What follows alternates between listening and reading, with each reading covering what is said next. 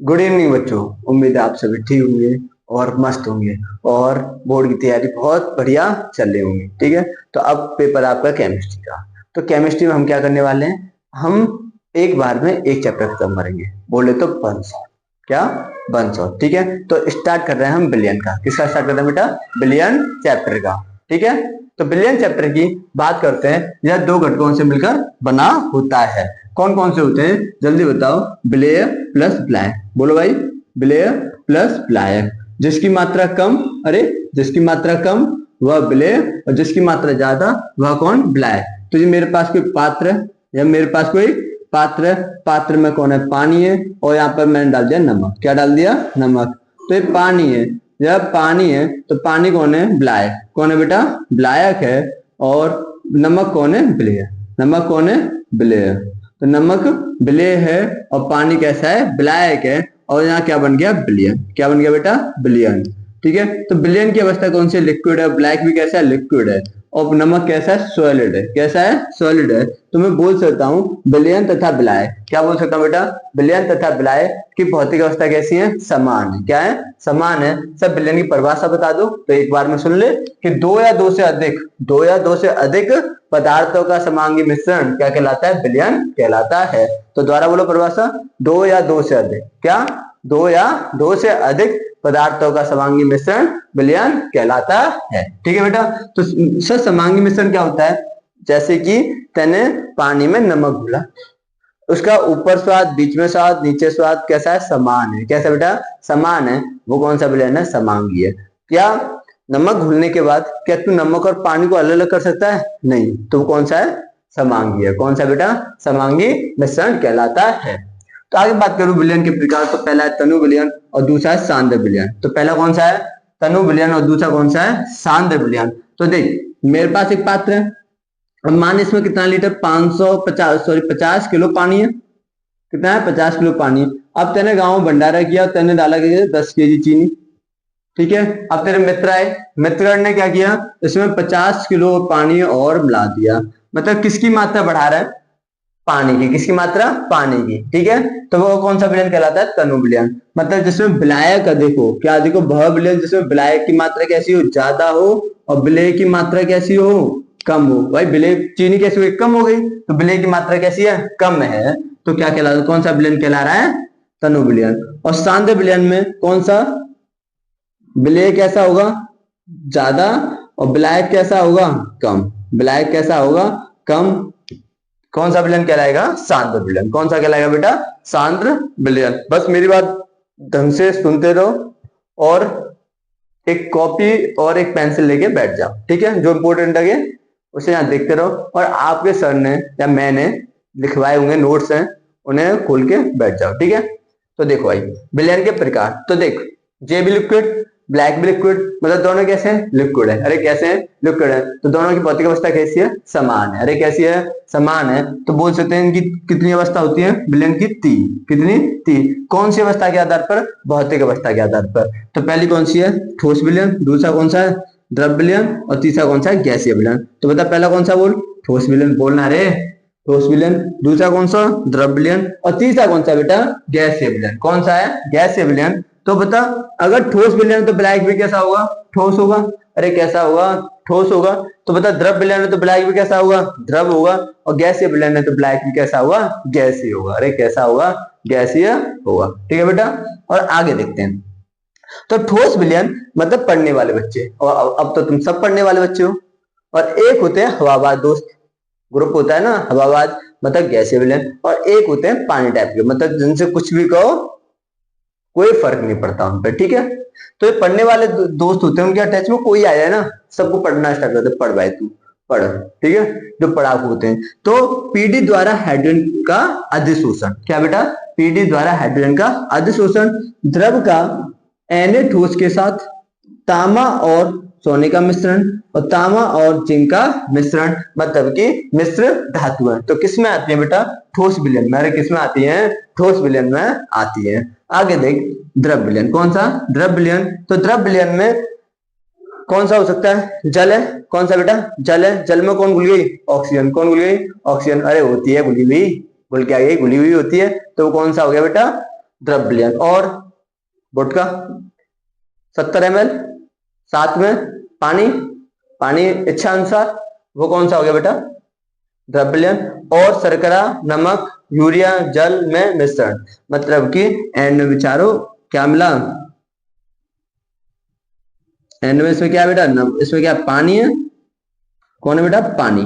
पानी बोले तो ब्लैक हो गया, नमक भी डाल दिया, चीनी भी डाल सकते हैं, यूरिया भी डाल सकते हैं, कुछ भी डाल सकते हैं, तो वो कौन सा एग्जाम्पल आता है, द्रव्यमान का। और तीसरा है बेटा गैसीय विलयन। कौन सा है, गैसीय विलयन। तो इसमें कौन सा होगा, नाइट्रोजन व ऑक्सीजन का मिश्रण। मतलब कुछ दोस्त हवाबाज, तो हवा में क्या फेंक रहे हैं कि नाइट्रोजन ऑक्सीजन को आज वायुमंडल में समा देते हैं, तो जो कौन सा, नाइट्रोजन व ऑक्सीजन का मिश्रण। और क्या बोलते हैं, चलो बेहूस करने चले, क्लोरोफॉर्म की वाष्प व नाइट्रोजन का मिश्रण, वायु में धूल के कणों का मिश्रण, कपूर का नाइट्रोजन में मिश्रण। तो ये एग्जांपल किसके हो गए बेटा, सब ये गैसीय विलयन के। ये कौन से हैं, कौन से के भाई, द्रव्य विलयन के, और ये किसके हैं, ठोस विलयन के। तो गैसीय विलयन के जल्दी बोल, कपूर का नाइट्रोजन मिश्रण गैसीय विलयन। कौन सा विलयन होगा, गैसीय विलयन। बता जल्दी मुझे, तांबा और सोने का मिश्रण ठोस विलयन, पीडी के द्वारा हाइड्रोजन का अतिशोषण ठोस विलयन, जल में घुली ऑक्सीजन द्रव्य विलयन, जल में घुली ऑक्सीजन द्रव्य विलयन। भाई याद भी करना है मेरे साथ, Hg का Na ठोस के साथ कौन, ठोस विलयन। कौन बेटा, ठोस विलयन। अरे बात समझ में आ रही नहीं आ रही, जल्दी दोबारा बता मुझे, अरे फटाफट फटाफट बता दो कौन कौन से हो गए। तो विलयन की परिभाषा अगर आती है तो क्या लिख के आओगे, दो या दो से अधिक पदार्थों का समांगी मिश्रण क्या कहलाता है, विलयन कहलाता है। क्या कहलाता है बेटा, विलयन कहलाता है। और विलयन तथा विलायक की भौतिक अवस्था कैसी होती है, समान होती है। और कितने प्रकार के होते हैं विलयन, तीन, ठोस विलयन, द्रव विलयन और गैसीय विलयन। जिस प्रकार का विलायक उसी प्रकार का क्या होगा बेटा, विलयन। क्या होगा, विलयन। ठीक है, अब देखते हैं हम सांद्रता। क्या देखते हैं बेटा, सांद्रता। ठीक है, क्या देखते हैं, सांद्रता। तो आओ सांद्रता देखते हैं इधर। तो बेटा हेडिंग डाले हैं सब सांद्रता, देखते चलो मेरे सामने। सांद्रता सर क्या होती है, तो देख मैंने एक पात्र ली, मैंने दो पात्र ले लिए, इसमें मैंने 20 ग्राम 200 ग्राम यूरिया डाली, ये भी 1-1 लीटर के, कितने के, 1 लीटर, ये भी कितने का है, 1 लीटर। और इसमें डाला मैंने 400 ग्राम यूरिया, कितने ग्राम यूरिया डाली भाई, 400 ग्राम यूरिया। बता किसकी सांद्रता ज्यादा, सर इसकी ज्यादा। किसे देखकर पता लगाया, सर विलेय, किसे, विलेय, मतलब कि C2 की सांद्रता ज्यादा है C1 से। अरे C2 की सांद्रता ज्यादा है C1 से, लेकिन C1 की कैसी है, कम है। अगर मैं इसे 2 लीटर कर दूं, कितनी कर दूं, 2 लीटर, तो ये बता कैसे होगी दोनों की सांद्रता बराबर, क्योंकि 1 लीटर में कितना 200 और 2 लीटर में कितना 400, तो दोनों की सांद्रता कैसी है, बराबर। तो तैने कैसे पता लगाया, अरे कैसे पता लगाया जल्दी बता, दोनों की सापेक्षिक मात्रा देखकर। तो सांद्रता की परिभाषा क्या होती है, विलेय तथा विलायक की, अरे बोल, विलेय तथा विलायक की सापेक्षिक मात्रा क्या कहलाती है, सांद्रता। क्या कहलाती है, सांद्रता। तो सांद्रता कौन कौन सी होती है जल्दी बताओ। पहली पढ़ेंगे मोलरता, अरे कौन सी पढ़ेंगे, मोलरता मतलब बड़ी बहन। दूसरी बोलो नॉर्मलता, भाई बोलते जाओ मेरे साथ, छोटी एन, छोटी एन नहीं बेटा, बोल रहा है एन, ठीक है। और तीसरी है मोललता, मतलब छोटी बहन, मतलब इससे छोटी एम से। फिर मोल भिन्न या मोल प्रभाज, इसे एक्स से लिखते हैं, किससे लिखते हैं, एक्स से, ठीक है। फिर इसके बाद बता जल्दी कौन सी है, वेट बाई वेट परसेंट, फिर वॉल्यूम बाई वॉल्यूम परसेंट, फिर वेट बाई वॉल्यूम परसेंट, ठीक है। फिर और बता, पीपीएम सर, हाँ, और पीपीवी। और याद कर फॉर्मल था, पेपर में नहीं आएगी, ठीक है। तो तेरे सांद्रता कौन कौन सी आएंगी, मोलरता पूछ लेगा, नॉर्मलता पूछ लेगा, मोलरता पूछ लेगा, मोल प्रभाज, और ये परसेंट के रूप, और पीपीएम तथा पीपीवी पूछ लेगा। तो अब तू हेडिंग क्या डालेगा, मोलरता क्या होती है सर, क्या क्या डालेगा भाई, मोलरता क्या होती है। तो हेडिंग डालो भाई मोलरता, क्या है, मोलरता। तो मोलरता भाई डेफिनेशन सबको याद है, लिख नहीं रहा हूं मैं, सुन ले, लिख नहीं रहा हूं, लिख दूं तो देख ले इधर। 1 लीटर विलयन में उपस्थित, 1 लीटर विलयन में उपस्थित विलेय के मोलों की संख्या, मोलों की संख्या क्या कहलाती है भाई, मोलरता कहलाती है, मोलरता कहलाती है भाई, सब की लिख रही हुई कहलाती है। कहलाती है। हाँ या ना? तो बता परिभाषा क्या है? 1 लीटर विलयन में उपस्थित विलय के मूलों की संख्या मोलरता कहलाती है। इससे बड़ी एम से प्रदर्शित करते हैं। किसे करते हैं बेटा? बड़ी एम से। तो बता एम बराबर हो गया क्या? विलय के मूल। किसके मूल? विलय के मूल अपॉन विलयन का आयतन, अपॉन विलयन का आयतन, विलयन का आयतन। आयतन को किससे लिखेंगे बेटा? बी से। किससे? बी से। तो बता मोल बराबर, हाँ ये जानना है, मोल बराबर होता है भार अपॉन अणुभार, भार अपॉन अणुभार। ठीक है, तो मोल बराबर होते हैं भार अपॉन अणुभार इंटू 1000 बटा आयतन। किसमें? एमएल में। किसमें बेटा? एमएल में। तो ये फॉर्मूला किसका बन गया? मोलरता। किसका बन गया? मोलरता का। ठीक है सर, यूनिट भी बता दो, यूनिट भी देख ले। यूनिट क्या होती है? मोल पर लीटर। क्या होती है बेटा? मोल पर लीटर। तो ये क्या हो गई? मोलरता। तो एक क्वेश्चन है, क्वेश्चन आ जाए तेरे पास, सुन कि उस विलयन की मोलरता ज्ञात करो जिसमें 4 ग्राम 40 ग्राम NaOH, 20 ग्राम NaOH, कितनी? 20 ग्राम NaOH 450 ml विलयन में घुली हो, विलयन में घुली हो। क्या ज्ञात करनी है? इसकी मोलरता। क्या ज्ञात करनी है बेटा? मोलरता। मतलब बड़ी एम क्या होगी? तो देख बड़ी एम बराबर क्या हो गया? भार अपॉन अणुभार इंटू 1000 बटा आयतन। आयतन कौन सा लेना है? एमएल वाला। कौन सा बेटा? एमएल वाला। तो एम बराबर भार कितना हो गया? 20 बटे, इसका अणुभार होता है 40। कितना होता है बेटा? 40। कैसे निकालते हैं? 23 प्लस 16 प्लस 1। सोडियम का कितना? 23, ऑक्सीजन का 16, हाइड्रोजन का 1 गुणा 1000 और आयतन कितना हो गया? 450। कितना हो गया बेटा? 450। आगे तू सॉल्व कर सकता है। हाँ या ना? ठीक है, अब अगली हेडिंग देखते हैं बेटा। अगली हेडिंग देखते हैं हम, क्या? नॉर्मलता। तो बेटा हेडिंग है हमारी नॉर्मलता। क्या बेटा? नॉर्मलता। तो नॉर्मलता क्या होती है? देख एन बराबर, मतलब किससे लिखते हैं? इसे एन से। परिभाषा सुन, 1 लीटर विलयन में उपस्थित, 1 लीटर विलयन में उपस्थित विलय के ग्राम तुल्यांक की संख्या। किसकी संख्या? विलय के ग्राम तुल्यांक की संख्या नॉर्मलता कहलाती है। क्या कहलाती है बेटा? नॉर्मलता कहलाती है। सर ग्राम तुल्यांक क्या होते हैं? अरे ग्राम तुल्यांक क्या होते हैं? तो ये होते हैं बेटा भार अपॉन तुल्यांकी भार। क्या होता है बेटा? भार अपॉन तुल्यांकी भार। तो बेटा बता तुल्यांकी भार बराबर क्या हो गया? अणुभार अपॉन एन फैक्टर। क्या हो गया बेटा? अणुभार अपॉन एन फैक्टर हो गया। ठीक है सर, अणुभार निकालना आता होगा भाई। तुल्यांकी भार क्या होता है? अणुभार अपॉन एन फैक्टर। पक्की बात। ग्राम तुल्यांक क्या होता है? भार अपॉन तुल्यांकी भार। ठीक है, तो बता विलय के ग्राम तुल्यांक क्या लिख सकता हूं मैं? भार को W से अपॉन तुल्यांकी भार EW इंटू 1000 बटा आयतन। ध्यान दो आयतन ml में दे रखा हो, जब भी ऊपर एक क्या लेनी है तो क्या बन गई? नॉर्मलता। क्या बन गई? नॉर्मलता। सर एक संबंध और बता दो नॉर्मलता मोलरता में, तो एक सुन ले। नॉर्मलता नानी माँ बराबर m इंटू एन फैक्टर, मतलब नानी माँ से बड़ी, तो नॉर्मलता बराबर मोलरता into N factor. Sir N factor क्या होती है? तो अम्ल के लिए प्रतिस्थापित H प्लस आयनों की संख्या, क्षार के लिए प्रतिस्थापित OH आयनों की संख्या और लवण के लिए कुल धन आयन या कुल ऋण आयनों की संख्या क्या कहलाती है? संयोजकता। तो बता H2SO4 में कितने H प्लस है? 2। HCl में कितने हैं? 1। इसमें OH देखेंगे AlOH का होता है, इसमें कितने हैं? 3। NOH में कितने हैं? 1। NaCl में कितना है? 1। तो तुझे मानना है कि ए शब्द यूज करेंगे यहाँ ब्लैक के लिए और बी यूज करेंगे विलय के लिए। किसके लिए करेंगे? विलय के लिए। तो ए कौन है? ब्लैक और बी कौन है? विलय है। ठीक है, तो अब बात करते हैं हम मोलरता की। किसकी बात करते हैं? मोलरता की। तो क्या होती है भाई परिभाषा? 1 किलोग्राम, क्या होती है बेटा? 1 किलोग्राम ब्लैक, सब ध्यान से सुनो, 1 किलोग्राम ब्लैक, कोई भी बच्चा विलयन ना ले। मोलरता छोटी बहन, कंफ्यूज नहीं होना। मोलरता रता बड़ी बहन, लता छोटी बहन। छोटी बहन बोल रहे छोटी एम से। किससे एम से करनी है? छोटी एम से। अरे बात समझ में आ रही है? नहीं आ रही है? आ रही है। तो क्या बोलेंगे?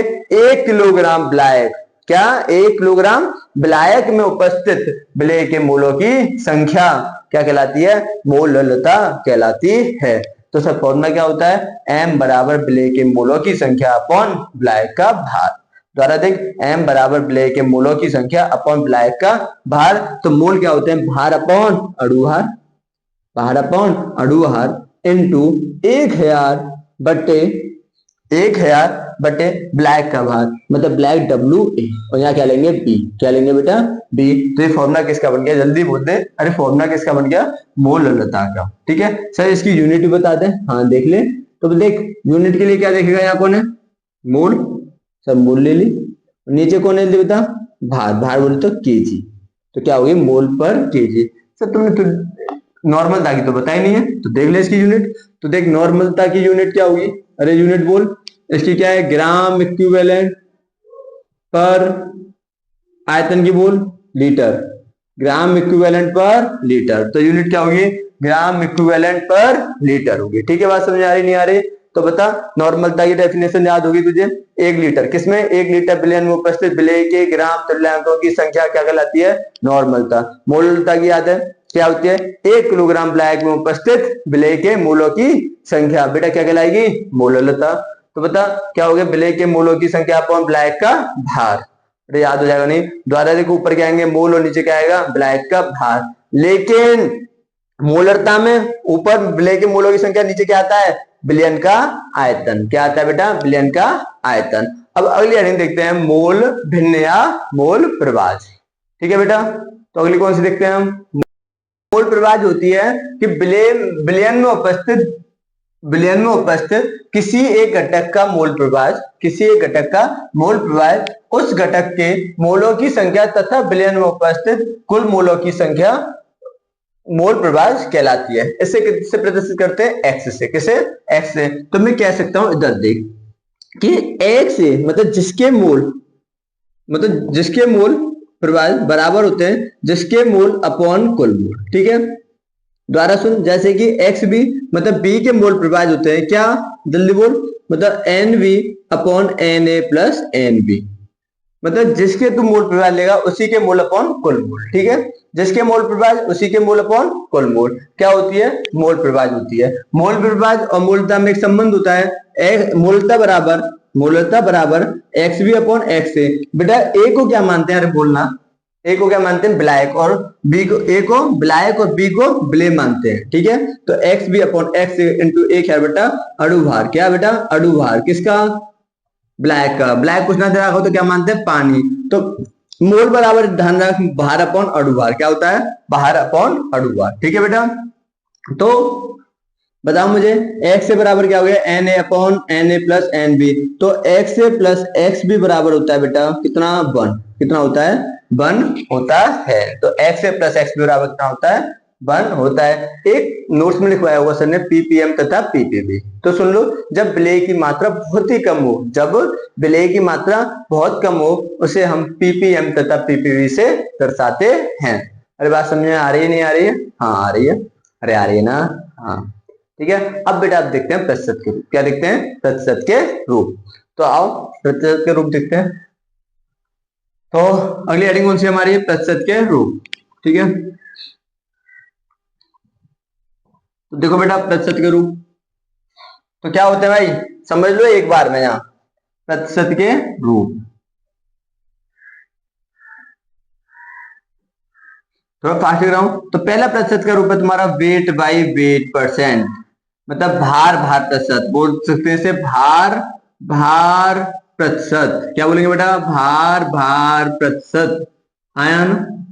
तो इसमें बता पहला कौन होता है, विलेय, और दूसरा कौन सा होता है बेटा, बिलियन, कौन सा होता है, बिलियन।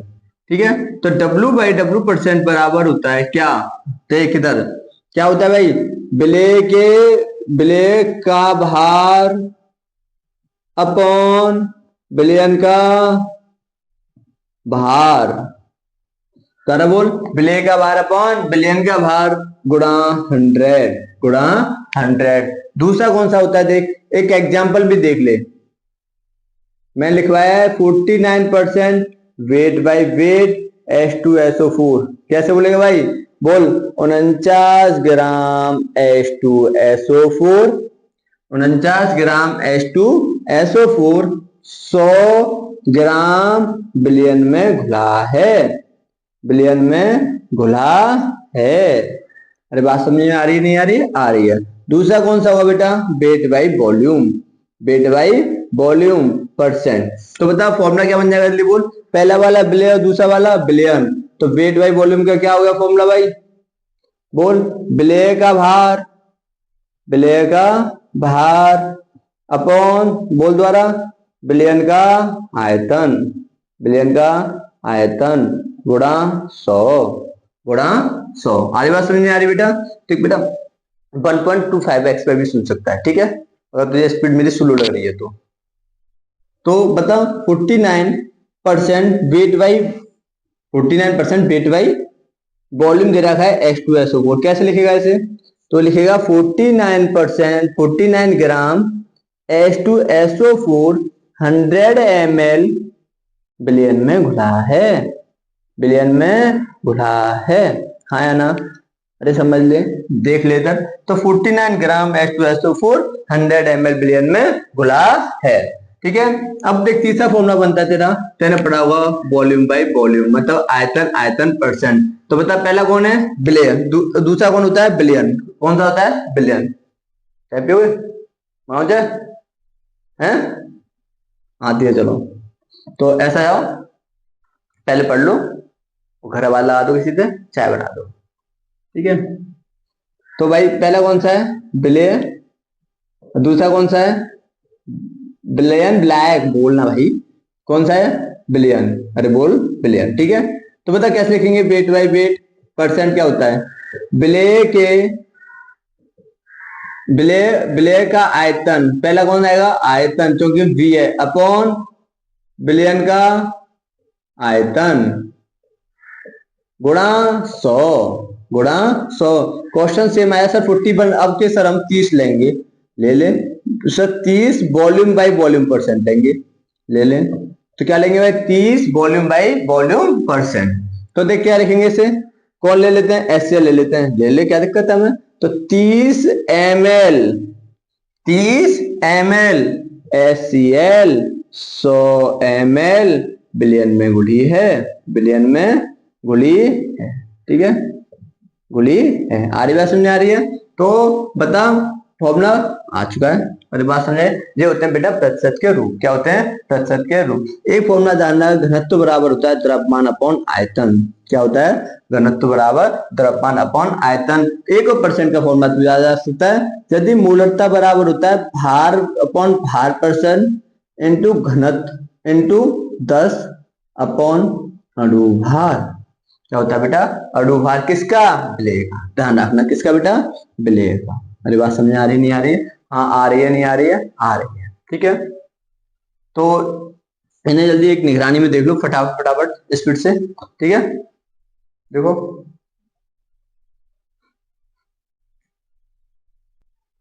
देख लिया भाई, जो इंपॉर्टेंट लग रहा है उससे रोक के तू लिख सकता है, अब क्या लिखेगा यार, ठीक है। तो बस रिवीजन फास्ट है। अब अगली हेडिंग होगी हमारी कौन सी, द्रव का वाष्प दाब, कौन सी होगी बेटा, द्रव का वाष्प दाब। तो अगली हेडिंग देखते हैं हम, द्रव का वाष्प दाब। तो देखो बेटा अगली हेडिंग हमारी क्या, द्रव का वाष्प दाब, ठीक है।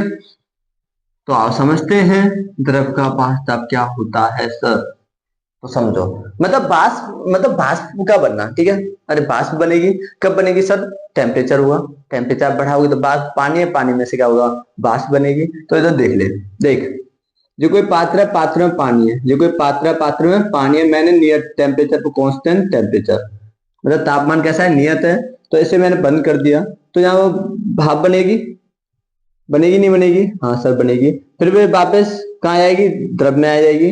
अगर वाष्प का वापस किस में आना, द्रव में आना, संघनन, क्या बेटा, संघनन। तो देख वाष्प दाब समझ क्या होती है, हेडिंग क्या होगी हमारी, अगली हेडिंग है द्रव का वाष्प, द्रव का वाष्प दाब, ठीक है, और एडिंग होगी वाष्प दाब, क्या हेडिंग डालेंगे हम, वाष्प दाब, ठीक है। तो वाष्प दाब क्या होता है, देख नियत ताप पर, किस पर बेटा, नियत ताप पर साम्य अवस्था में, नियत ताप पर साम्य अवस्था में ध्रुव की सतह पर लगाया गया दाब, वाष्प के द्वारा, किसके द्वारा, वाष्प के द्वारा ध्रुव की सतह पर लगाया गया दाब वाष्प दाब कहलाता है। तो देख द्वारा, जो कोई पात्र है, पात्र में पानी है, कौन है, पानी, मैंने ढक दिया, टेम्परेचर कर दिया नियत, कैसे कर दिया बेटा, नियत, तो हमने इसे गर्म कर रहे हैं साम्यावस्था पर, तो ध्रुव की सतह पर लगाया गया दाब वाष्प के द्वारा ध्रुव की सतह पर लगाया गया दाब क्या कहलाता है? वाष्प दाब कहलाता है। तो वाष्प दाब की सिंपल सी डेफिनेशन क्या बन गई? बोल क्या बन गई बेटा? कि ध्रुव की सतह पर लगाया गया दाब, ध्रुव की सतह पर लगाया गया दाब वाष्प दाब कहलाता है। कब? नियत ताप तथा साम्यावस्था पर ध्रुव की सतह पर लगाया गया दाब वाष्प दाब कहलाता है। अरे बात समझ आ रहा नहीं आ रहा? अरे आ रहा है नहीं आ रहा हर्ष बाबू? अरे आया नहीं आया? पर बेटा बंटी तेरे समझ में आना चाहिए, ठीक है? आगे देखो और अगला देखो, प्रभावित करने वाले कारक। वाष्प दाब को प्रभावित, अरे ना, वाष्प दाब को प्रभावित करने वाले कारक। तो भैया पहला कौन सा है? वाष्प दाब। वाष्प दाब की परिभाषा क्या है? नियत ताप तथा साम्यावस्था पर ध्रुव की सतह पर लगाया गया ताप वाष्प दाब कहलाता है, ठीक है? वाष्प दाब कहलाता है। पहला है कौन सा? वाष्प दाब को प्रभावित करने वाले कारक। कौन से बेटा? वाष्प दाब को प्रभावित करने वाले कारक, ठीक है? तो बेटा पहला कारक कौन सा पढ़ाएंगे? पहला कारक है द्रव की प्रकृति। क्या पढ़ाएंगे? द्रव की प्रकृति। प्रकृति तो देख, जिस प्रकार का द्रव होगा, मान के द्रव में इंटरमोलिकुलर अट्रैक्शन फोर्स ज्यादा है तो वाष्प दाब कैसा होगा बेटा? कम होगा। मतलब के अंदर आकर्षण बल ज्यादा होता है तो वाष्प दाब कैसा होता है? कम होता है। जैसे कि ठोस कोई चीज है, क्या है? ठोस है, और ठोस चीज डालेंगे तो वाष्प दाब में क्या हो जाएगी? कमी आ जाएगी। क्या आएगी बेटा? कमी आ जाती है, ठीक है? तो तू मुझे बता, तेने पढ़ा होगा, लिख भी रहा है कि इथाइल अल्कोहल का वाष्प दाब ज्यादा होता है या डाई मिथाइल ईथर का, ठीक है? तो ये मुझे बताएगा, ठीक है, कमेंट में। तो बता द्रव की प्रकृति क्या है? तो बोल जल्दी, प्रकृति क्या है? पहले प्रभावित करने वाला कौन सा कारक है? द्रव की प्रकृति। दूसरा कौन सा? ताप। कौन सा बेटा? ताप। तो ताप बढ़ाने पर वाष्प दाब बढ़ता है, ताप बढ़ाने पर वाष्प दाब बढ़ता है, ठीक है? और अगला पॉइंट क्या है? एक पॉइंट नोट याद रखना, जितना ज्यादा वाष्प दाब होगा, जितना ज्यादा वाष्प दाब होगा उतना ही कम क्या होता है? क्वथनांक। उतना ही कम क्या होता है बेटा? क्वथनांक। तो बता, क्वथनांक बढ़ाने पर वाष्प दाब कम, तो जितना ज्यादा वाष्प दाब का मान ज्यादा तो क्वथनांक, क्वथनांक कैसा होगा? कम। कैसा होगा बेटा? कम। तो वाष्प दाब ज्यादा तो क्वथनांक कम। तो सर क्वथनांक क्या होता है? अरे बोलो, क्वथनांक क्या होता है? तो आगे देखते हैं हम क्या? क्वथनांक क्या देखते हैं बेटा? क्वथनांक समझो।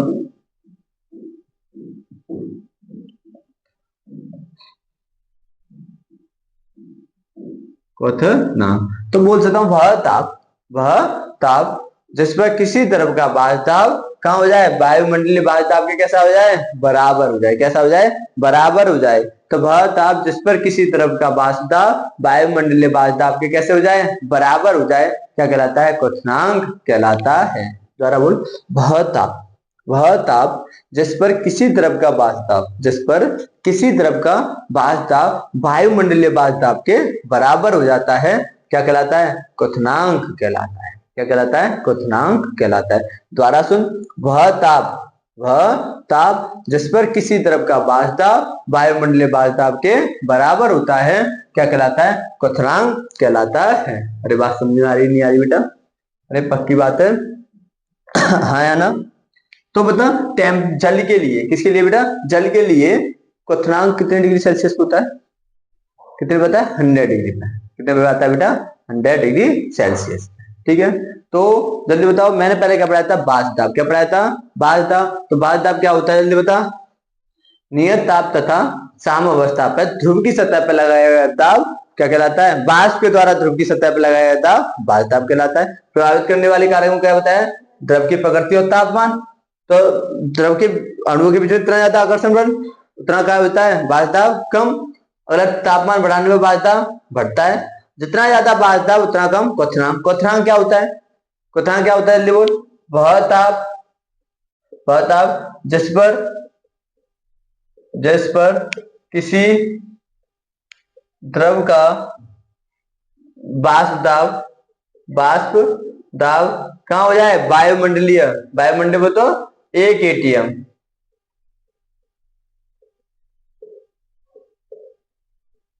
दाब के बराबर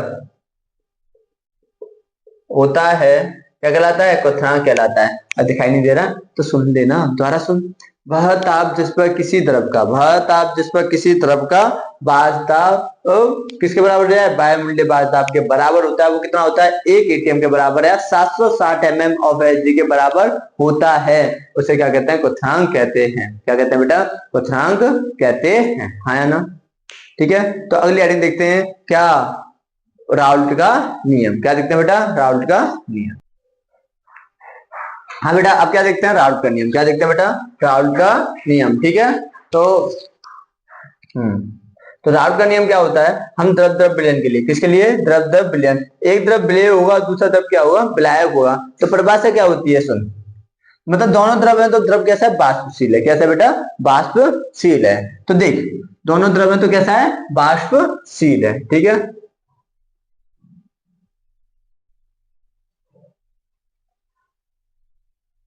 तो देख इधर, 2 या 2 से अधिक वाष्पशील द्रवों के मिश्रण में किसी एक घटक का आंशिक वाष्प दाब उस घटक के शुद्ध अवस्था के वाष्प दाब तथा द्रव अवस्था की मोल भिन्न, बेटा ये मोल भिन्न, द्रव अवस्था की मोल भिन्न के गुणज के बराबर होता है। तो देख इधर कि मतलब क्या कह रहा है, किसी एक घटक का आंशिक वाष्प दाब, तो ये क्या होता है, पीए डैश क्या होता है, आंशिक वाष्प दाब, मतलब किसका, ए का। तो किसी एक घटक का आंशिक वाष्प दाब उस घटक के शुद्ध अवस्था के वाष्प दाब पीए नॉट और उसी घटक की द्रव अवस्था की मोल भिन्न के गुणज के बराबर होता है। तो बता, पीए डैश बराबर किसके हो गया, पीए नॉट एक्स से। किसके हो गया, पीए नॉट एक्स से। तो बता क्या बन गई परिभाषा, किसी एक घटक का आंशिक वाष्प दाब उस घटक के शुद्ध अवस्था में वाष्प दाब तथा द्रव अवस्था में मोल भिन्न के गुणज के बराबर होता है, गुणज के बराबर होता है। क्या कहलाता है, राउल्ट का नियम। तो बता पीबी डैश क्या हो गया, जल्दी बोल, पीबी नॉट एक्स से। तो कुल क्या फॉर्मूला बन गया तेरा, पीएस बराबर बन गया PA naught X A plus PB naught X B. अरे बन गया, नहीं बन गया, हाँ। तो मतलब परिभाषा क्या बोली है मैंने, किसी एक घटक का आंशिक वाष्प दाब, द्वारा सुन, किसी एक घटक का, मतलब कोई एक घटक है द्रव, जैसे कि 2 द्रव बनने, मतलब ए लिक्विड इसमें, बी लिक्विड इसमें, ये दोनों मिला दिए। ठीक है, तो किसी एक घटक का आंशिक वाष्प दाब उस घटक के कौन से, उस घटक के शुद्ध अवस्था के वाष्प दाब तथा द्रव अवस्था की मोल भिन्न के गुणज के बराबर होता है। क्या कहलाता है, राउल्ट का नियम कहलाता है। तो फॉर्मूला क्या बन गया, पीएस बराबर, पीएस क्या होता है बेटा, कुल वाष्प दाब। क्या होता है, कुल वाष्प दाब। पीए नॉट क्या होता है, जल्दी बोल, शुद्ध अवस्था में वाष्प दाब। एक्स क्या होता है, मोल भिन्न। क्या होती है बेटा, मोल भिन्न, द्रव अवस्था की, किसकी, द्रव अवस्था की। और वाष्प की मोल भिन्न के लिए लगाते हैं बाई। क्या लगाते हैं बेटा, बाई। तो बेटा ग्राफ बना रहा हूं, मतलब कि A is more volatile than B, मतलब A अधिक वाष्पशील है किससे, B से। तो ग्राफ बना रहे हैं पीए डैश और पीए डैश और पीबी डैश के बीच में। तो ग्राफ देख, सीधी सी याद रख, यहां से सीधे ऐसे ऐसे खींचना है। अभी टाइम नहीं है एक्सप्लेन करने का, तो तुझे याद होगा। अरे याद है, नहीं याद है, सीधे यूं और ये कुल वाष्प दाब हो गया। ठीक है, तो ये किसका हो गया, पीबी, किसका हो गया बेटा, पीबी डैश का, और ये किसका हो गया, पीए डैश का हो गया। ठीक है, अरे बात समझ आ रही। अब डाल्टन लॉ क्या कहता है, आंशिक वाष्प दाब बराबर होता है, आंशिक वाष्प दाब बराबर होता है मोल भिन्न गुणा कुल वाष्प दाब के, मोल भिन्न गुणा कुल वाष्प दाब के। तो पीए डैश हो गया बाई ए एक्स और पीएस। तो बता बाई ए क्या हो जाएगा, PA naught X A upon PS. नहीं समझ में आया तो देख इधर, अरे नहीं समझ आया तो देख, बाई ए बराबर क्या लिखेंगे भाई, इसे नीचे P A dash upon P S. P A dash क्या होता है, जल्दी बोल, P A not X A upon P S. तो ये क्या हो गया बेटा, किसकी मूल भिन्न होगी ये, अरे जल्दी बोल, बाई बी बराबर भी सेम आ जाएगा। क्या आ जाएगा, जल्दी बोल, अरे बोल, बाई बी बराबर क्या आ जाएगा, P B dash upon P A not P S. क्या आएगा बेटा, पी एस। ठीक है, डैश क्या होता है, PV naught X A upon P S आ रही बात समझ में आ रही है। हाँ या ना? अरे बोल दे। तो ये क्या हो गया? द्रव अवस्था, किसमें? वाष्प अवस्था में बोल दे। क्या होती है बेटा? वाष्प अवस्था में मोल भिन्न, मोल भिन्न, ठीक है। तो देख राउल का नियम सीधा सा लिख के आना है, दो या दो से अधिक वाष्पित द्रवों के मिश्रण में किसी एक घटक का आंशिक बाध्यता, बोलते पीएड, उस घटक के द्रव अवस्था के, किसके? उस घटक की वाष्प वाष्प दाब, शुद्ध अवस्था में वाष्प दाब तथा द्रव अवस्था की मोल भिन्न के गुणज के बराबर होता है। तो क्या कहलाता है? राउल का नियम कहलाता है। अब देखते हैं बेटा, राउल के नियम देखते हैं किसके लिए? ठोस और द्रव। किसके लिए देखते हैं बेटा? ठोस और द्रव के लिए, ठीक है। तो अब देखते हैं बेटा राउल्ट का नियम। तो देखें राउल्ट का नियम कौन सा अगला हमारा? ठोस और द्रव। तो देखो इधर, तो फॉर्मूला जल्दी बोल। पी एस बराबर क्या हो गया? जल्दी बोल। P A not X A. अरे बोल भाई, अरे बोल जल्दी बोल। P A not X A plus P B not X B, ठीक है।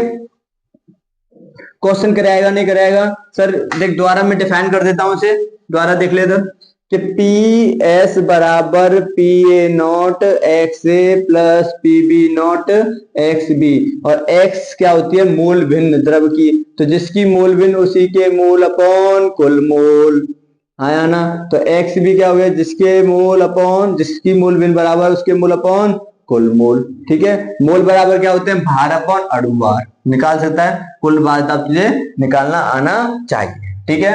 अब क्या पढ़ते हैं?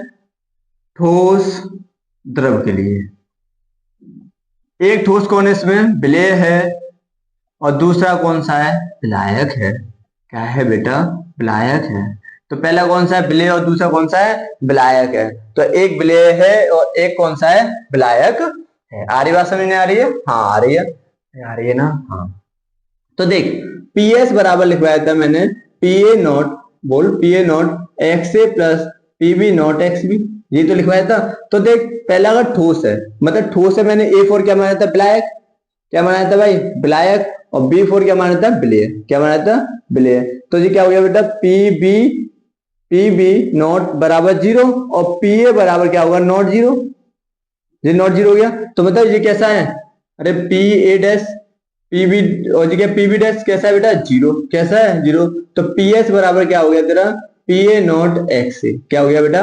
पी ए नॉट एक्स ए। तो बोल सकता हूँ पी एस समानुपाती होता है एक्स ए का। किसके? एक्स ए। और एक्स ए क्या है? विलायक की मोल भिन्न। किसके बेटा? विलायक की मोल भिन्न। अरे बात समझ आ रही है? विलायक की मोल भिन्न। और ये क्या है बेटा? कुल वाष्प। क्या है? कुल वाष्प दाब। अरे बात समझ आ रहा है? ये क्या बेटा? कुल वाष्प दाब। तो मतलब परिभाषा क्या बनेगी? अरे बोल परिभाषा क्या बनेगी? तो बता जल्दी परिभाषा, जल्दी बोल भाई परिभाषा बोल। तो अब अवाष्पशील विलेय युक्त, भाई विलेय कैसा है? ठोस है। ठोस है तो कैसा है? अवाष्पशील। कैसा है बेटा? अवाष्पशील। तो क्या बनेगा?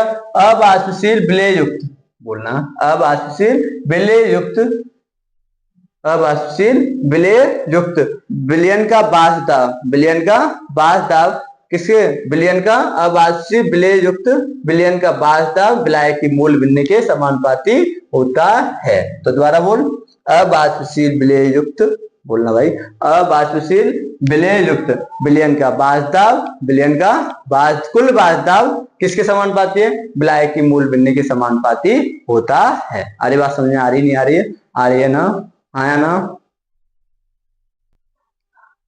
क्या बेटा जल्दी बता। अरे बोलना, क्या बोली मैंने परिभाषा? अवाष्पशील विलेय युक्त। विलेय कैसा है? अवाष्पशील है, तो अवाष्पशील विलेय युक्त, अवाष्पशील विलेय युक्त विलयन का कुल वाष्प दाब किसके बराबर है? विलायक की मोल भिन्न के समानुपाती होता है। विलायक की मोल भिन्न के समानुपाती होता है, ठीक है बेटा? ठीक है बेटा। तो देखो वाष्प दाब में अवनमन क्या होता है? देख P A not minus P S, क्या होता है बेटा?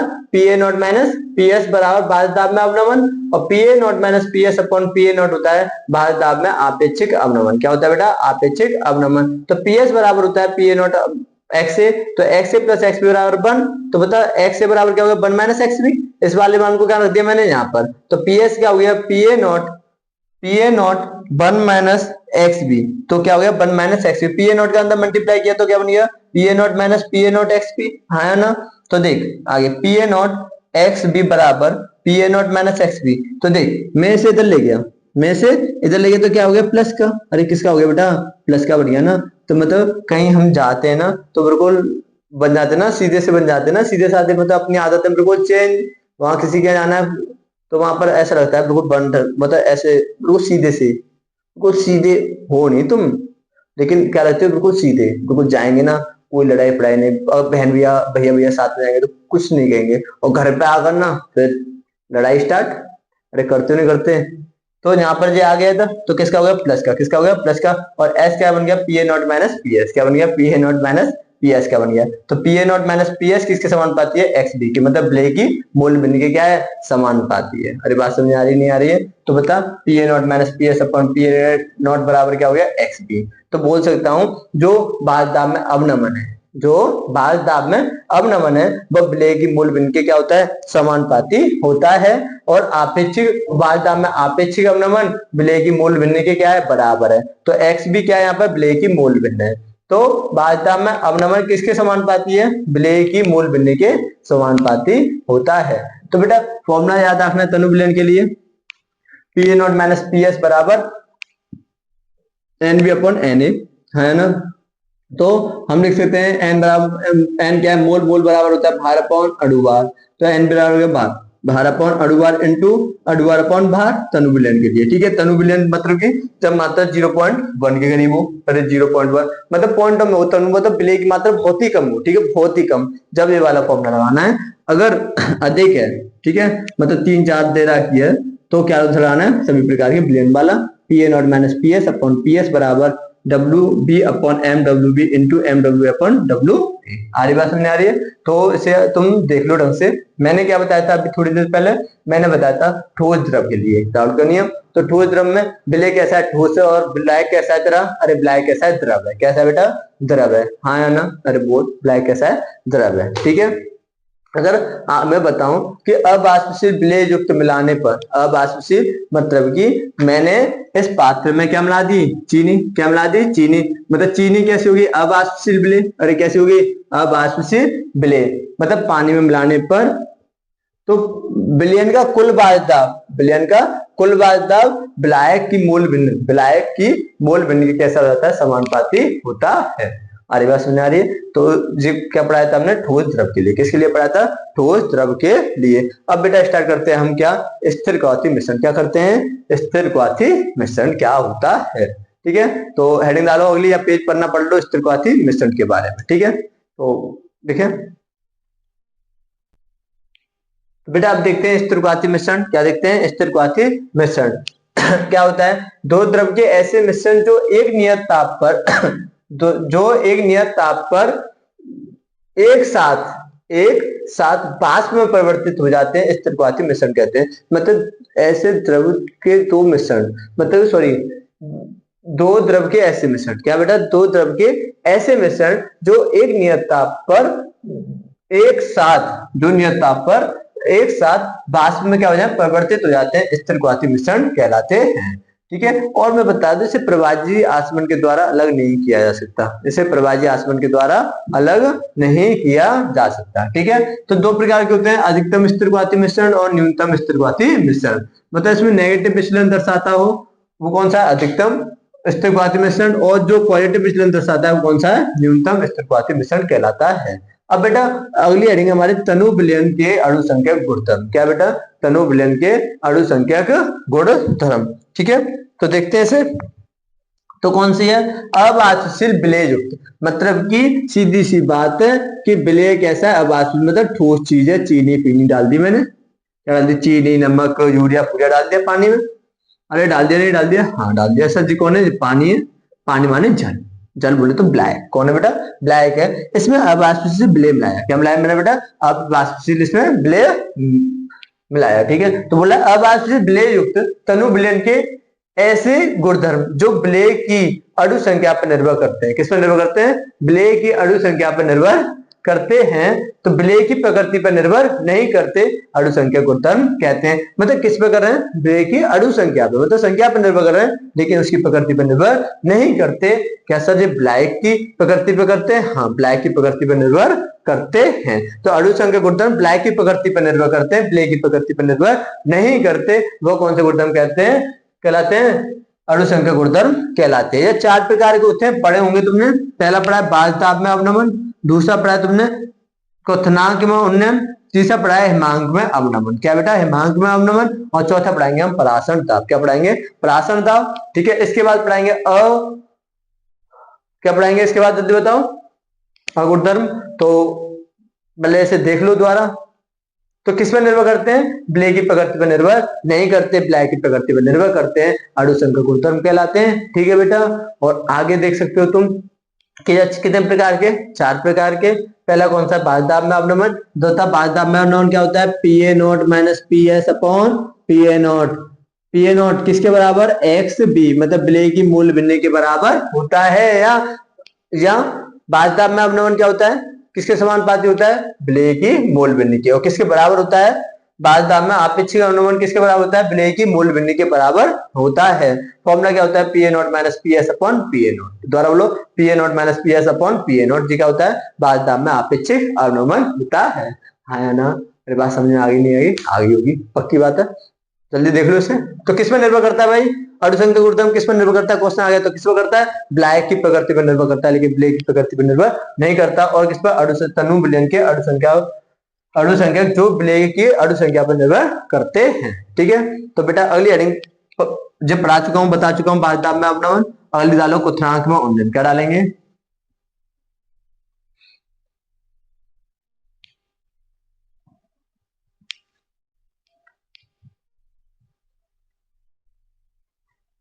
क्वथनांक में उन्नयन। ठीक है, तो अगली हेडिंग क्या है हमारी? बेटा अब देखते हैं क्या कि क्वथनांक में उन्नयन। उन्नयन का मतलब होता है बढ़ना। उन्नयन का मतलब क्या होता है? बढ़ना। ठीक है, तो उन्नयन माने बढ़ना। तो ये किसी अवास्तविक विलेय को, मतलब कि मैंने क्या किया, मैंने एक पात्र है, इसमें विलायक है। क्या बेटा?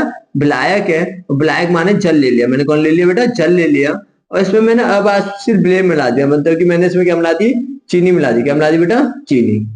तो चीनी मिलाने पर इसकी बाध्यता में क्या होगी? कमी। मान के विलायक का बाध्यता 100 था, कितना था? 100 मान लिया। ठीक है, इसमें कमी हो गई। क्या हो गया बेटा? कमी हो गया। तो बाध्यता कितना रह गया? 80 रह गया। बाध्यता कितना है? 100 है। विलायक का बाध्यता कितना मान लिया मैंने? 100 है। अब कितना रह गया? विलयन का कितना हो गया? PS का 80। कितना हो गया बेटा? 80। मतलब कुल विलयन की बाध्यता में क्या हुई? कमी हुई।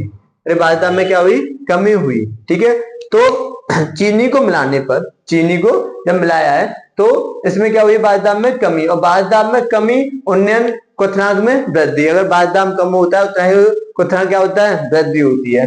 तो किसी अवास्तविक विलेय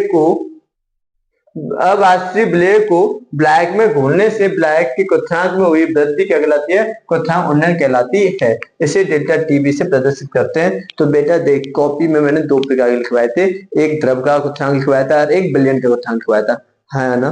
द्रव का TB0 से लिखवाया था और विलयन का TB से लिखवाया था। किससे लिखवाया था? TB को से। ठीक है, और मैंने बताया था जब विलयन के में क्वथनांक में क्या होती है? कमी, बाध्यता में क्या होती है? कमी होती है। क्वथनांक में क्या होती है? वृद्धि। यदि बाध्यता में कमी होती है तो इससे पहले की तुलना में क्या करना पड़ेगा? और अधिक गर्म। अरे लिखवाया था विलयन के उसमें देख क्वथनांक में। तो डेल्टा टीबी बराबर होता है TB माइनस TB0। क्या होता है? TB minus TB0। तो TB क्या है? विलयन का क्वथनांक माइनस ब्लैक का क्वथनांक। तो ये कितना लेना? 100 डिग्री सेल्सियस। कितना लेना बेटा?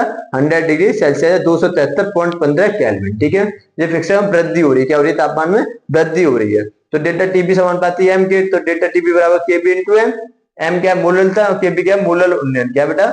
मोलल उन्नयन। तो एम बराबर 1, तो डेल्टा टीबी बराबर केबी के। तो बोल सकता हूं एक मोलल विलयन के क्वथनांक में, मतलब कि एम बराबर 1 रखा, तो एक मोलर विलयन के क्वथनांक में उन्नयन को मोलल उन्नयन स्थिरांक कहते हैं। ठीक है, तो यूनिट ऑफ केबी बराबर डेल्टा टीबी अपॉन एन। तो यूनिट क्या होगी?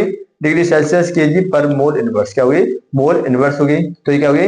Kelvin KG mole inverse. ठीक है बेटा, तो ये क्या हो गया, क्वथनांक में उन्नयन हो गया। तो बता डेल्टा टीबी बराबर क्या हो गया, केबी इंटू एम। तो डेल्टा टीबी बराबर हो गया केबी इंटू मूलतः भार अपन अनुभार इंटू एक बटा ब्लैक का भार।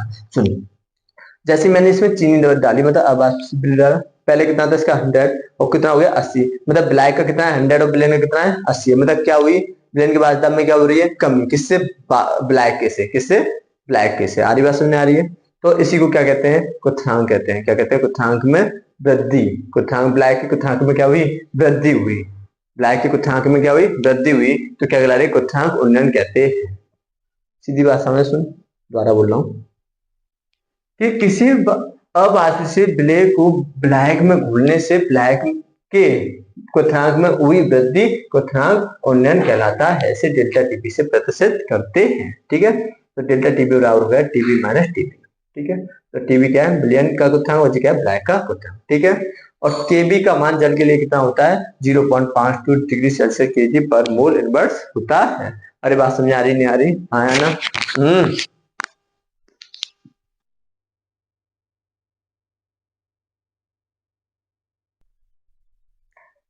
तो बेटा आप देखते हैं हम हिमांक में अवनमन, क्या देखते हैं, हिमांक में अवनमन। अवनमन का मतलब होता है कमी, क्या होता है, कमी होता है। ठीक है, तो दो प्रकार के बताए थे मैंने, ब्लैक का हिमांक और ब्लियन का हिमांक। बोलना, ब्लैक का हिमांक बोलते डेल्टा टी एफ नॉट और ब्लियन का हिमांक क्या हो गया, टी एफ नॉट। मतलब ब्लैक की ठोस अवस्था और ब्लैक की ठोस अवस्था, ब्लैक की द्रव अवस्था, दोनों वास्तव दोनों कैसा हो, समान होता है, तो वो कहलाता है ब्लैक का हिमांक। ब्लियन का हिमांक, ब्लैक की ठोस अवस्था तथा ब्लियन की द्रव अवस्था दोनों का वास्तव कैसा हो, समान हो, तो वो कहलाता है ब्लियन का हिमांक कहलाता है। इसे टी एफ से लिखते हैं। तो बता डेल्टा टी एफ समानुपाती किसके हो गया, छोटी एम के, मतलब मोलुलता के। किसके समानुपाती है, मोलुलता। तो टी एफ बराबर हो गया के एफ इंटू एम। के एफ क्या होता है, मोलल अवनमन स्थिरांक। अगर मोलता का मान 1 कर दिया जाए, मतलब एम बराबर कितना करते हैं, 1 करते हैं, तो टी एफ बराबर किसके आ गया बेटा, के एफ के। किसके आ गया, के एफ के। अरे बात समझ में आ रही नहीं आ रही, हाँ ना। तो मैं बोल सकता हूं क्या, अरे टी एफ बराबर क्या हो गया, के एफ के। तो एक मोलल पर किसका हिमांक में अवनमन को क्या कहते हैं, मोलल अवनमन स्थिरांक कहते हैं। ठीक है, तो बता टी एफ बराबर होता है T F not minus T F. ठीक है, तो होता है डेल्टा टी एफ, क्या डेल्टा टी एफ बराबर हो गया क्या, के एफ इंटू भार अपॉन अणुभार इंटू 1 बटा ब्लैक का भार। किसका आ गया बेटा, ब्लैक का भार आ गया। अरे बात समझ आ रही नहीं आ रही, आया ना। तो ये क्या हो गया, हिमांक में अवनमन हो गया। अरे बात समझ आ रही। अब देखते हैं परासरण ताप, क्या देखते हैं बेटा, परासरण ताप। अब देखते हैं बेटा परासरण, क्या देखते हैं हम, परासरण। तो परासरण क्या होता है, देख मेरे पास एक पात्र है, ठीक है, इसमें लगा दी मैंने अर्ध पारगम झिल्ली। क्या लगा दी, अर्ध पारगम झिल्ली। तो देख ब्लैक के कणों का विलयन की तरफ जाना, ब्लैक के कणों का विलयन की तरफ जाना क्या कहलाता है, ब्लैक के कणों का ब्लैक से किसकी तरफ जाना बेटा, विलयन की तरफ जाना क्या कहलाता है, परासरण कहलाता है। यह कम सांद्रता से अधिक सांद्रता की तरफ जाना, अधिक सांद्रता की तरफ जाना क्या कहलाता है भाई, अरे क्या कहलाता है, परासरण कहलाता है। फिर बेटा आता है परासरण दाब, इसे पाई से व्यक्त करते हैं। तो देख परासरण दाब क्या होता है, जो बाह्य दाब व न्यूनतम दाब मतलब परासरण की प्रक्रिया को रोकने के लिए न्यूनतम बाह्य दाब क्या कहलाता है, परासरण दाब। मतलब वह न्यूनतम दाब जो परासरण की प्रक्रिया को रोक सके, क्या कर सके, रोक सके, उसे क्या कहते हैं, परासरण दाब कहलाते हैं। तो परासरण की प्रक्रिया को रोकने के लिए न्यूनतम बाह्य दाब, कौन सा बेटा, न्यूनतम बाह्य दाब क्या कहलाता है, न्यूनतम बाह्य दाब परासरण दाब कहलाता है। ठीक है, तो तनु विलयन के लिए, किसके लिए बेटा, तनु विलयन के लिए बॉन्ड ऑफ थ्योरी क्या कहती है, पीवी इक्वल टू एनआरटी। क्या होती है, पीवी इक्वल टू एनआरटी। मच्छर, तो पी क्या, पी के ऊपर लिख दिया मैंने पाई वी आर टी, तो एन अपॉन बी, तो देख क्या बन गया, बोल pi V equal to N R T. समझ इधर, तो पाई बराबर क्या हुआ, N by V R T, हाँ या ना। तो एन बाई सांद्रता, पाई बराबर सी आर टी। क्या हुई बेटा, सी आर टी। तो पाई क्या है यहाँ पर, परासरणता, सी क्या है, सांद्रता, सी क्या है, सांद्रता, और आर क्या है, गैस नियतांक, और टी क्या है, तापमान। क्या बेटा, तापमान। और तापमान तो मुझे बताएगा कि R बराबर 0.0821 गुणा 25 डिग्री सेल्सियस पर आर टी का मान कितना होता है। ठीक है, तो बता तनु विलयन के लिए बॉन्ड ऑफ समीकरण के फॉर्मूला क्या आ गया, पाई बराबर सी आर टी। क्या आ गया, पाई बराबर सी आर टी। अब अगली हेडिंग डालते हैं, डालो भाई, ये यहाँ तक क्या खत्म हो चुका है, तनु विलयन के अणुसंख्यक गुणधर्म। क्या हो गए, तनु विलयन के अणुसंख्यक गुणधर्म। ठीक है बेटा, अब अगली हेडिंग हमारी क्या होगी जल्दी बताओ। अगली हेडिंग बताओ क्या होगी, असामान्य अणुसंख्यक गुणधर्म। क्या होगी बेटा, असामान्य अणुसंख्यक गुणधर्म। ठीक है, जब तो इसे नोट करो फटाफट, देखो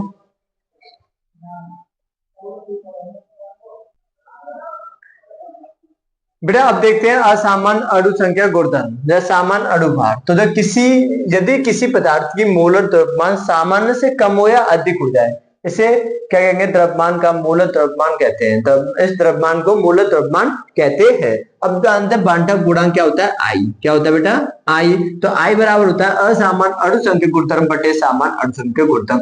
असामान्य तो प्रेक्षित विलेखीकरण होंगे, और सामान्य तो कैसे होंगे बेटा, सामान्य तो कैसे होंगे, सैद्धांतिक विलेखीकरण होंगे। ठीक है, यदि आई बराबर 1 हो, ना तो वो वियोजन है हो, ना ही संगुणन है। ठीक है, और आई से मतलब आई का मान कम हो जाए, कैसा हो जाए बेटा, आई का मान 1 से कम हो जाए तो क्या होगा, संगुणन होगा, और 1 से ज्यादा है तो क्या होगा, वियोजन होगा। क्या होगा बेटा, वियोजन होगा। मतलब आई का मान 1 से ज्यादा आ रहा है तो वियोजन है, और कम आ रहा है तो क्या आ रहा है, संगुणन हो रहा है। तो तुम्हें पता है फॉर्मूला तुम बता सकते हो असामान्य के लिए, बस क्या करना है, आई से गुणा। मतलब ये क्या है, P A not minus P S upon P A not बराबर आई गुणा X P. Delta T B क्या हो गया, आई गुणा दे रखा होता है सवाल में K B into M, delta T F I गुणा के एफ इंटू एम, और पाई बराबर क्या होगा, आई सी आर टी पराशर दाब में जे फॉर्मूला लगाने हैं। वहां तुम्हें लिख के देगा बॉन्ड ऑफ गुणांक क्या आई के बारे में क्वेश्चन में लिख के देता है। अब हम आई कैलकुलेट करते हैं, मतलब आई का मान कैसे निकालते हैं। तो देखो अब आई का मान निकालते हैं हम। ठीक है, देखिए बेटा, अब देखते हैं हम आई, मतलब आई कैसे निकालते हैं। तो बेटा केस पहले विलेय का वियोजन, किसका है, विलेय का वियोजन। तो प्रेक्षित विलेय के कण ज्यादा है किससे, सैद्धांतिक विलेय के कण से। ठीक है, तो प्रेक्षित विलेय के कण कैसे ज्यादा है, सैद्धांतिक से। तो आई का मान ज्यादा है किससे, 1 से, तो ये किसका होगा, विलेय का वियोजन। तो एक तुम्हारे पास रखा है ए एक्स बी बाई, तो इसे लिख सकते हैं हम एक्स, क्या लिखेंगे बेटा, एक्स और A plus by B minus X. मतलब कैसे लिखा मैंने, ए बी बाई को लिखा मैंने, मतलब बाई है की छत पे, तो ए प्लस बाई और किससे, एक्स से गुणा, प्लस इसे इसकी छत पे, तो बी माइनस एक्स बाई से गुणा। ठीक है, मतलब कितनी बाई, बाई।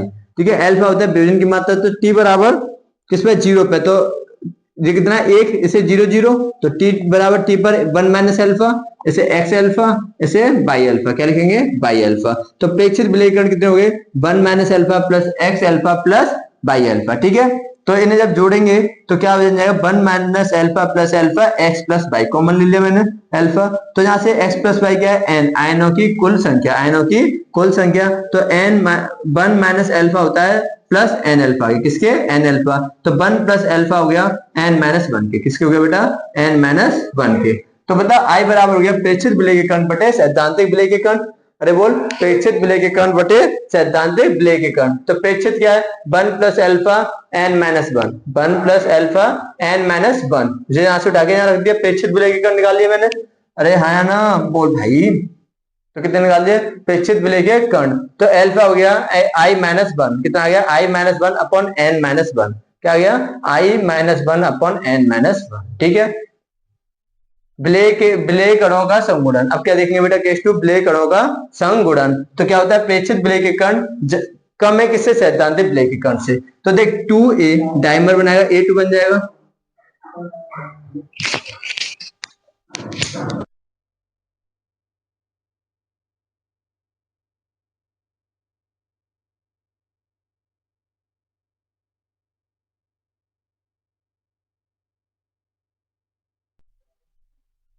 बेटा केस 2 देखते हैं। तो विलेय कणों का अणुसंख्यक, मतलब सैद्धांतिक का मान किससे, विलेय के कण से ज्यादा है प्रेक्षित के विलेय के कण से। तो देख कैसे करेंगे इसे, 2a बनाता है A2, 3a बनेगा A3, और 4a बनेगा A4, और na बनेगा a की पावर n। तो देख समीकरण तेरे पास ऐसे t बराबर 0 पे इसकी सांता 1, तो ये 0, तो t बराबर t पर कितना आ गया, 1 माइनस बीटा और बीटा बाई n। तो प्रेक्षित विलेय कण हो गया 1 minus beta plus beta by n।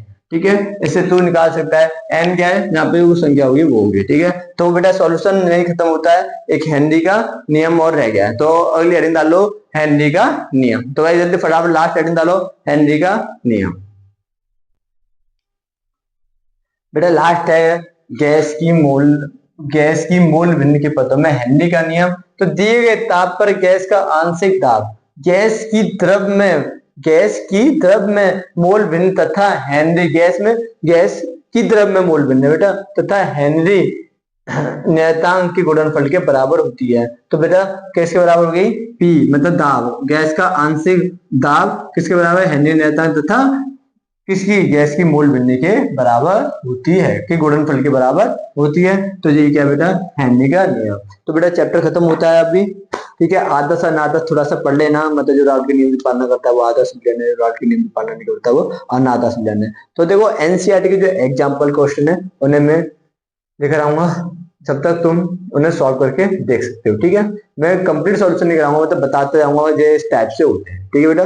तो अगला चैप्टर हमारा कौन सा है? इलेक्ट्रोकेमिस्ट्री। तो मिलते हैं इलेक्ट्रोकेमिस्ट्री में, ठीक है।